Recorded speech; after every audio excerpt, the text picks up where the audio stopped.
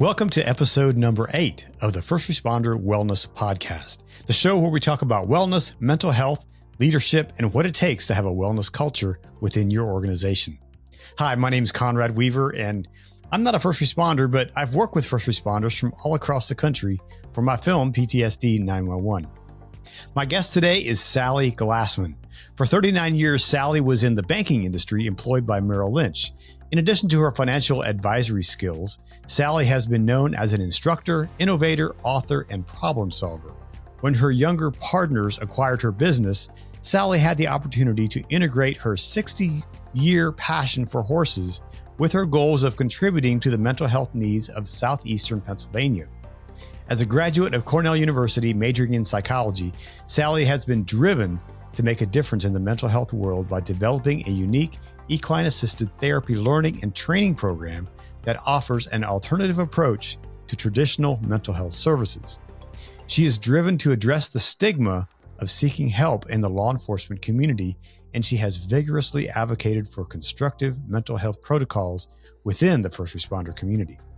Saly's nonprofit, the Kindle Hill Foundation, serves a diverse population of clients and also focuses on training and treatment for the first responder community, specifically law enforcement. Stay tuned for my inspiring conversation with Saly. And by the way, the Kindle Hill Foundation was also a sponsor of the PTSD 911 documentary. Saly, thank you so much for your generous contribution to that film. Hey, little sidebar. I really appreciate you listening to this podcast. And if you think others would too, be sure to subscribe and then to share this episode with your friends and family. If you're interested in sponsoring the show, please send me an email and tell me about your company or organization. We're always looking for sponsors who are passionate about wellness and specifically the wellness of our first responders. And if that's you or your organization, I'd love to talk with you about how you can help support this program. Thanks again for listening. And now here's my interview with Saly Glassman. Well, Saly, welcome to the First Responder Wellness Podcast. Thanks so much for joining me today. Thank you, Conrad, for having me. We've known each other for a little while. You were a sponsor. Your organization was a sponsor of the PTSD 911 documentary. And I want to say, first of all, thank you for your support and for helping us get this film out there. Tell me a little bit about what's your background and how you got started working with first responders? Well, I was with Merrill Lynch for 39 years. I ran one of the largest wealth management practices in the world with two of my younger partners, also female. And I had an opportunity after 30 years of being with them and 39 years of being in the business, I had an opportunity to be bought out so I could do something a little different. And I wanted to just take a different path. And right as I made that decision, and by the way, I didn't really know what I was going to do, COVID came along. And there was a lot of unrest. And when you're in the horse world, as I've been for close to 60 years, you get to know your community. Because if you have a loose horse, somebody's got to help you get it. Or you may be the one getting it, okay? So when you're in horses, you naturally, organically know fire, police, EMTs. You get to know them anyway. They're part of your community. And I started to have an awareness of what was happening, what I will call collective suffering that was happening. And it started to really bother me. And so I have horses, I had this facility, I have a background in psychology. So I did what anybody in my position would do. I called my local chief and I said, what do you think? And Ken Lawson is an amazing guy, out of the box thinker. And we have in our community in Montgomery County and in New Jersey, we have the most unbelievable leadership in law enforcement. And these are people you would just want to know. They're amazing. They're personal. They give you a lot of attention. They really care. And because we have such amazing leaders, I knew that we had the chance to make something happen. So Ken and I worked together. We designed a program. And then that turned out to something really huge. I mean, that just kept growing and growing like a hydra. And we have training, we have learning, we have therapy, and we actually treat and work with the general population. We have a private pay business. But what's really amazing is when people come for help that they pay for, people in the community and in the area, they know that the money goes to the first responder community. So I don't take a salary. My husband doesn't take a salary. Of course, we have to pay therapists and other people, but we do as much as we can for as minimal cost as we can to the first responders. And so every time a corporate group comes, for example, they're helping first responders. So tell me a little bit about what that program looks like. What, if I'm a firefighter and I've reached out, what's going to happen? Well, you could be in a couple of different situations, right? Let's say you're a firefighter and you've been in a critical incident, one of perhaps many, and there's sort of this moment where you're just starting to think, I don't know, I can keep doing this. Like there's this cumulative stress. I feel a little depressed. My wife says I'm drinking, or my husband says I'm snapping. You're not right. Okay. You call us and we will individually now, confidentially, have you in a program where you're working with horses. And that is visceral. It's on the ground. It's not riding.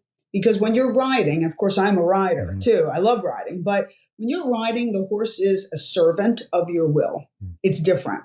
When you're on the ground, the horse is free to be in the relationship or not. It's a prey animal. So the first thing the horse says for somebody like that is, ooh, you seem a little toxic. I'm going to go over here because I need to protect myself because I know how to survive. I'm a horse. Horses are experts at survival. So they teach us how to survive. And I can give you a lot of examples of how we do that. But we work with that firefighter through a series of exercises. It might be 5 times, 10 times, 15 times. It's not forever, because equine assisted therapy is designed to be temporary. It's like a catalyst to whatever else you're doing in your life but people have stayed for longer because they love it. So that's one situation. We have people who are on leave.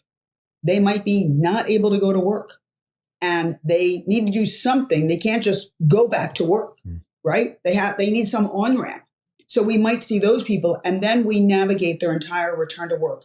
It's called return to work. It's a protocol now new in Pennsylvania, New Jersey that I'm testing here. And we manage their whole case, all their therapy, whether they're doing EMDR, whether they're doing brain spotting. Somebody has to go back to the scene, and it's often me.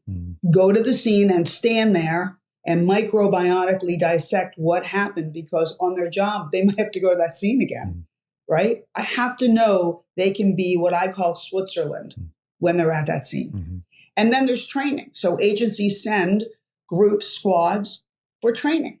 And that's de-escalation training and also now soon control tactics training because we're going to have a studio on site. Imagine where you can come and work on your communication skills and your skills in calming yourself to calm others and self-regulation. You can work in all of that. Then you can go to a studio and roll around and grapple and practice those skills because you might need those too, right? You need both. Sure. You need a bigger repertoire. Wow. I was back when I was working on the film, we had the opportunity to visit an equine center down in Texas and just being in that moment and with those horses and seeing the interaction with the individual was fascinating. Yes. Just their sense of they can sense stress. They can sense all these things. I mean, how does that work? Well, it's a prey animal. So the easy distinction is where are the eyes? Animals who have eyes in the front of their head are predators. If the eyes are on the side of the head, it's a prey. Now think about it. You have to hunt and kill your food, metaphorically, historically speaking, right? You need depth perception. So if something's moving, you have a spear or a gun or a bow, and you got to get that thing in order for you to have dinner. Well, the horse is dinner. So it doesn't have great depth perception, but what it does have is panoramic vision. So except for a few blind spots, like right in front of the face and behind the tail and kind of like up over the withers, the horse can see all the way around it. The thinking brain is only this big, like a golf ball. But the sensing brain is kind of like a tangerine. It's pretty big. So for example, you drop a horse off, say at the shopping center, like 4 or 5 miles away, as the crow flies, it will come home because it has an automatic GPS. When my truck comes in the driveway, my horses know the sound of my truck and they know the sound of my footfall. It's a kind of genius that they have because they have to survive. But they teach us, how do I survive? And that's all about homeostasis. How do you run around in a circle, tell me that there's a storm coming with your tail in the air, but not make a sound, and then when the storm passes, you're eating grass like nothing happened. They learn, they teach us to process and not to hold on to stress and not to have grudges. Because in the equine world, holding on to stress and carrying a grudge will get you eaten. So do you have any anecdotes, any stories of someone, obviously, we don't want to represent their name, but do you have any stories of someone who went through your program that has just thrived through this? Yes. I'm going to give you an example that is kind of part of a pattern that I see a lot. Okay. Someone will be sent to me. The chief will say, this thing happened and now so-and-so was injured. And, the whole thing was kind of a mess. And, there might be a little bit of a disciplinary component of some not great judgment that might have been used in that situation. And that person comes to me and the first thing they say is, look, my chief sent me here. I don't really want to be here. I think I'm fine. And I'm here. I have to be here anyway. And by the way, this is everybody else's fault. I'm paraphrasing, but that's kind of what it looks like. My chief's, this, and my wife is, or my husband is this, and everything is everybody else's fault. And then what we do, working with the horses, and this is a process, we start to understand why these things happen. So for example, it's not your fault that you were beaten up and overpowered or maybe shot. It's not your fault. But what you want to look at is, in all of those situations that led up to this critical moment, in what ways did you increase the probability that you were going to get shot, that you were going to get overpowered? What were you doing? Look back at this. The horse helps you to look back objectively because the horse has no agenda and sees you just as another person. Like, you have them at hello. They don't judge, and neither do I. And what comes out of that process is, I've always been combative. My dad never thought anything I did was good enough. I don't know why I just sort of go home and hide in the basement and play video games. And then I'm mad because I'm lonely or and I'm sharp with everybody. They start to realize they need to own a lot of this because horses don't carry stuff, but they own their stuff. Whatever is theirs, they own it. And then as this process goes on, they begin to see that I think I'm responsible for a lot of the things that have been happening to me. And I can make a shift. I can look at things differently, because I need to learn how to survive. I need to learn how to self-regulate. No one else can regulate me, and I can't regulate anyone else either. And once they turn that corner, they are like different people. I mean, it is amazing. Their face is different. Their posture is different. The chiefs tell me, what did you do to so-and-so? It's like a transformation. I say, yeah, they needed someone to talk to. They had to get it out. And then they had to learn, how can I regulate myself? Look, they can call me anytime they want, but 50 years from now, who's going to be here for them? You got to be there for yourself. It's okay to not be okay. It's really okay. You're normal if you're not okay. But now you got to figure out, well, how am I going to get myself okay? I just find it fascinating that, here's someone that came out of the banking world and is doing this really important, serious work, with our first responders. That's just amazing. Thank you. There are a lot of parallels, I grew up in a mostly male business. I grew up playing mostly boys sports. I learned how to knock some kid down on the scrimmage line and then help him get up, or be underneath some huge kid and have him help me get up and not take it personally. I tell all young women, play sports, team sports, and get hit and fall on the ground. It's good for you. You have to learn how to not take things personally. That's the only way you can really help people. You just can't. So That's why, and I credit my parents for that because they really indoctrinated me into that. And my father had an expression when I was a kid. My father said, wishing, hoping, and praying, they're for emergencies only. If you want something in life, make it happen. Best advice I've ever gotten. Yeah. So there's a lot of places we could go with this. What brings you the most joy, satisfaction out of the work that you do? I love fixing. I'm a fixer. So I love muckety messes. And I always loved this when I was in financial services, but I love messes that I can really get in, like a family, maybe a first responder family where the spouse is really stressed out and the kids are kind of tortured, and there might even have been some infidelity or substance abuse, or somebody can't sleep or kids are acting out.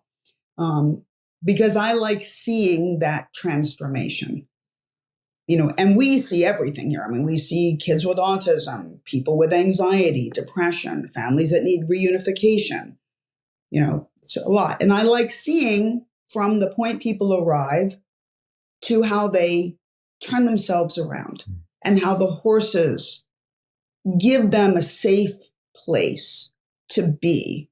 You don't even have to be working with horses. If you're standing next to a horse, just standing next to a horse, your heart rate will slow because their heart rate is very slow and it's a magnetic field. So if you just come in my driveway and get out of your car, you just look around, you're going to feel better instantly. I like to joke around that it's kind of like people arrive like lasagna in the box and they leave like the noodles that have been cooked. They just kind of slither out I'm like, wow. Yeah. So the horses help because they slow your heart rate. They lower your blood pressure. They lower your cortisol levels. And one of the greatest gifts you can get from horses is their message of living in the moment. Because, horses can't plan or premeditate. They don't have any vision of the future. They don't know you're going to take them out on a trail ride later today, or you're going to walk them around in the round pen. They don't know what you're going to do. They only know what's happening right now. So, and the past is really a habit. It's more habits. They have one of the best memories of any mammal. They remember everything. In fact, they remember you. If you come to my farm, Conrad, and you put your hand out to a horse's nose, that horse will memorize you and it will know you for all time. You'll go in an archive. It will always know who you are. It's unique because they have to survive. They have to know, are you a predator or are you my friend? So when a horse wakes up in the morning, you know what it says? Not really. I'm anthropomorphizing a little bit, but in terms of how horses are wired, they look around and they say, I'm alive. I made it through the night. I didn't get eaten. This is the best day ever. Now, how many people do you know who do that? Probably very few, maybe no one. So horses teach you, live in the moment that you're in. This moment right now is your most important moment. Don't be thinking about, I got to go to the hardware store, or I'm mad at that person, or, I wish this were different. Horses don't do that. They don't get angry. They might be confused or frustrated. But whatever happens in the moment, and if you make a mistake with the horse is like, well, that's okay. I already forgot it. Imagine that. Imagine being able to make mistakes over and over and have the horse go, no, that's okay. Just do it again. That's something I really learned to appreciate when I was on my coast to coast bike ride, is to be in the moment. Yes. I was in the moment because, one, I needed to know my surroundings. If there was a big truck coming, I needed to be aware of that, and then Yes. to be able to ride slow. And it's really helped me even now after I've come home to slow down and just be present. And I try as often as I can. I try to sit on my back deck and just with a cup of coffee or a drink and just sit there and just be. Difficult, isn't it? Why is that so hard, and why is that so important? Well, we are purposeful as humans. And remember, we used to have to walk 3 miles for water, hunt and kill our food. our whole day was taken up with just trying to make it to the next day. Well, we don't do that now. We open the refrigerator, we turn the lights on or off, or the heat up or down. So we got it made. We got all this free time, right? And sometimes that's not so great because then we think, well, I should be doing something. I'll take up pickleball now. And then I'll also ride my bike in the morning and then I'll do this other thing at night. Like that would be me. Like, I used to ride my bike in the morning and at night and ride 4 to 7 horses a day. And I didn't think, and go to work. And I didn't think there was anything weird about that, because I just had to work it out in my head. So when I left Merrill Lynch, one of the things I said to myself, I like to mow. And I said to myself, you're going to get on that zero turn and you are going to do nothing but mow. No podcast, no music, no list in your head. Let me see if you can sit on a mower for a couple hours and do nothing but actually mow. And it took a while for me to do it. I think it is good to do because as an exercise, because you have to be able to reframe, re-regulate, reset. Now you could do the same thing grooming a horse, because when you groom a horse, your hands move in a circular motion. Circular motions reprogram your brain. And that's what you want to do. Reprogram, reset. So doing nothing is not doing nothing. It might be not moving, but it's resetting. And we reset often habitually by distraction. We look on, say, a social media site, or we read Apple News, or we watch television, we watch a Netflix thing. We think we're resetting, but we're not. We're distracting, which has its purpose, but it's not resetting. One of my favorite things to do is to mow the lawn. And I have a small lawn, so I have a push mower, and I think all of my documentaries that I've produced were developed as I was pushing my lawnmower. Yes. It's just that I do a lot of great thinking on the mower. It's amazing how that action, that motion, that seemingly mindless activity really gets my brain going. Yes, absolutely. And imagine if you can do that and then maybe hop off, fix like a fence rail that you might have banged on, and then go pet one of your horses, talk to a horse for a few minutes. Because they come over, they're like, hey, what are you doing on the mower? And then get back on the mower. And that puts it all together.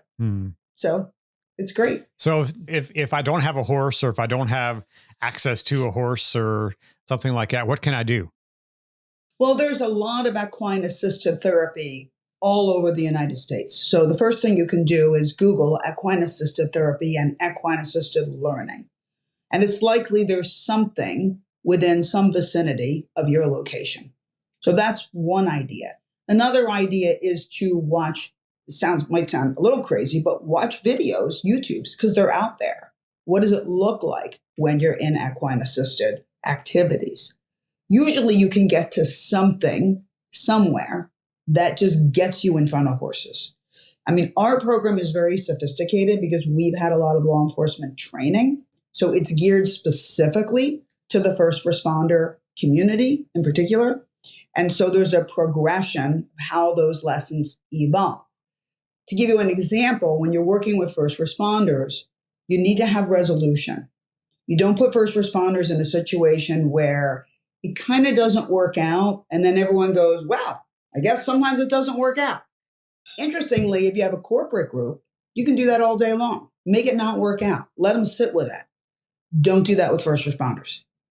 They need resolution. Also, remember that horses are transactional, just like first responders.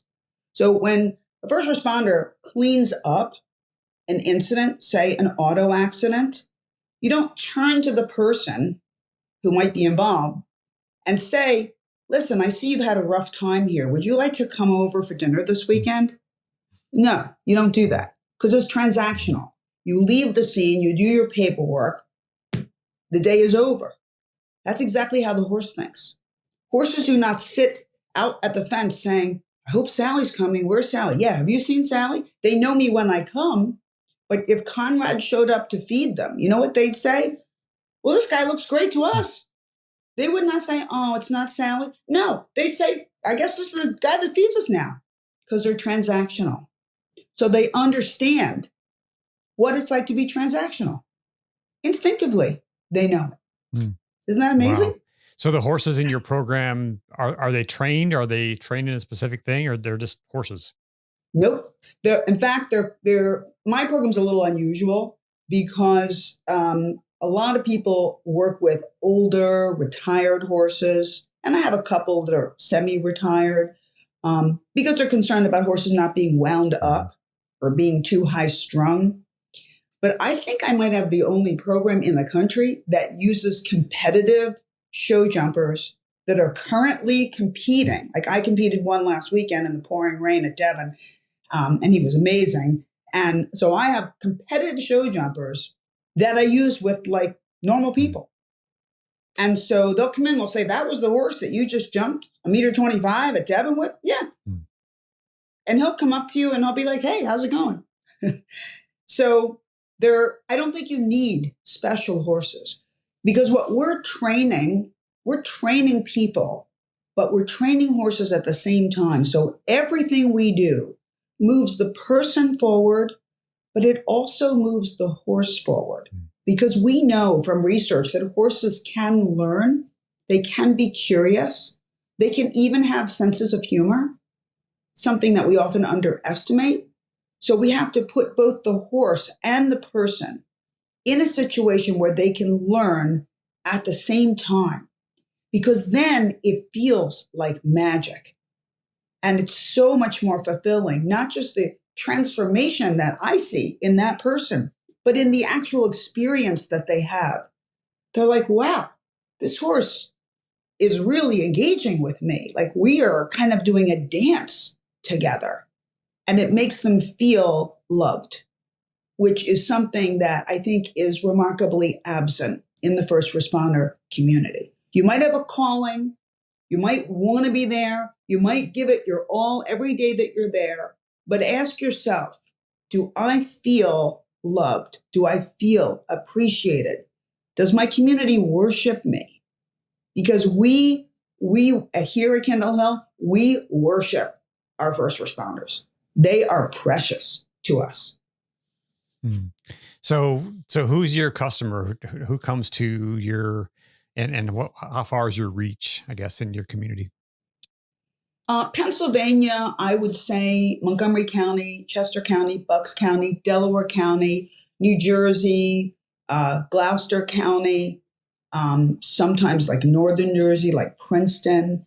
And our private client is a 5-year-old child who might have autism, an 8-year-old that's suddenly refusing to go to school, a 12-year-old that has terrible anxiety or depression, a 17-year-old who's in the parents' minds not doing the things you need to do to get ready for college and is avoidant, people who are having marital disharmony, anyone suffering from the loss of a loved one, someone who feels like no one understands me, people who have suicidal ideation. The whole mental health community those are our clients. Anyone who needs help with their mental health. And many times those people have tried lots of other things that haven't worked. That doesn't mean this is better. It just means that those other things have not been successful and they're looking for alternatives. And in the law enforcement community, our clients, you would say, are all of the agencies. Sometimes they'll send us their entire agency, like maybe 4 or 5 squads, and we'll just see them in a rotation for 3 or 4 times for each squad. Sometimes they'll say, I want to just send you these people that I think are really in the right frame of mind to appreciate what you're teaching. And sometimes they'll say, I'm sending this person over to you because otherwise I have to cut them up and eat them because I can't deal with this guy. You got to help me. It can be that. So it's a wide range. Whoever needs help, kids, adults, whoever needs help. And so where can people find more information about what you guys do? Kindle Hill, KINDLE, hill.org. On that website, you can sign up for a consult. You can check out our media tab, look at other things that have been done on us and other stories, some testimonials. You can hear from other first responders who have been through our program. They talk about what it's meant. The biggest message there is they learned that it was okay to share and talk about what they were going through, that it takes courage to get help. Mm. It takes courage. It's not a sign of weakness. It's a sign of courage and strength and resiliency that you recognize, I need to get help, or I can help my coworker or my friend or my family member. I can help them to get help. And so we want to encourage everyone, get help. It's okay. We all need, if you don't need help, there is something wrong with you. You're psychotic. Yeah. You can't do this job and say, nah, I'm fine. I don't need any help. There's something wrong with you. Mm-hmm. If you need help, you're like most people. You need help, and you deserve it. You deserve to get the best help you can get, because we need you. We can't have quality of life without you. We need you. So it's part of our responsibility to make it better for you. And that's what we're here to do. Well, that's amazing. I just want to say, from my perspective as another citizen, thank you for helping to take care of our first responders, because as we know, if we have healthy first responders, then we can also have healthier communities. And healthy first responders make better choices and better decisions. You bet. And so we're here, and anyone can call me anytime. We're 24/7 for law enforcement and the first responder community. So they know they can call us anytime. Awesome. So one final question. What's something you're going to do in the next month that's fun? Oh, well, if I'm living my mantra, every minute is going to be fun. So yeah, I'm doing a lot of fun things. I mean, I'm excited to get this control tactics studio built. That's going to happen in the next month. I'm working on my personal record of how fast I can walk, 3.2 miles. I cracked 14-minute miles a few days ago. So wow. Working on that, get back on my bike, enjoy the fall colors, spend time with my kids, be out. My husband and I do a lot of trail clearing. We cut trails all the time. My husband's learning to ride now too, so we can be together. Mm-hmm. So yeah, I'm big on enjoying your life. Enjoy it, because some moment you're not going to be in it. Yeah. Well, right? Thank you for being on the show today. Thank you for what you do. And thank you, it's been a pleasure to talk to you. And I look forward to coming out to your facility and actually seeing you in person. And we would love that. We can't wait. Thank you, Conrad. Saly, thank you for your time and for the work that you do. I really look forward to coming up to Pennsylvania for a visit and checking out your horses. And thank you for listening to the show. I really appreciate it. Please be sure to leave a review and give it 5 stars if you think it's worth it. I think it is, but I hope you do too. And please subscribe to the show. And also just a reminder that if you want to see the video of this content, check out our Patreon channel. I'll leave a link in the show notes where you can access all that. And remember, you are not alone. And if you need someone to talk to and don't know where you can turn, dial 988 for help. There are people standing by ready to listen. Until next time, be well, take care of yourself, and take care of those around you, and go out and do something great in the world.